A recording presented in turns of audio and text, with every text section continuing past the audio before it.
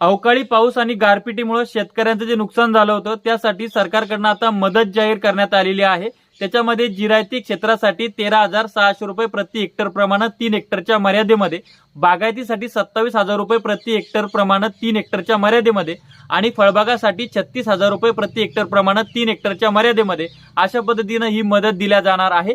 November आणि डिसेंबर मध्ये जो पाऊस अतिवृष्टी झाली त्या संदर्भात या 34 जिल्ह्यातील शेतकऱ्यांना ही मदत मिळणार आहे आणि ही मदत तुम्हाला तुमचं जे क्षेत्र आहे पैकीच्या पैकी तुम्हाला मिळणार नाही। तुम्ही म्हणसाल की पाऊस पडला आणि आम्हाला पूर्ण पैकीच्या पैकी मिळणार नाही, तुमचं जे बाधित क्षेत्र आहे, तुमचा जो तलाठी असेल, महसुली अधिकारी असेल, त्यांना तुमच्या एकूण क्षेत्रापैकी बाधित क्षेत्र जे आहे त्यासाठीच ही मदत मिळणार आहे। म्हणजे राजा उदार झालेला आहे आणि हाती भोपळा दिलेला आहे असं आपल्याला या ठिकाणून दिसतंय।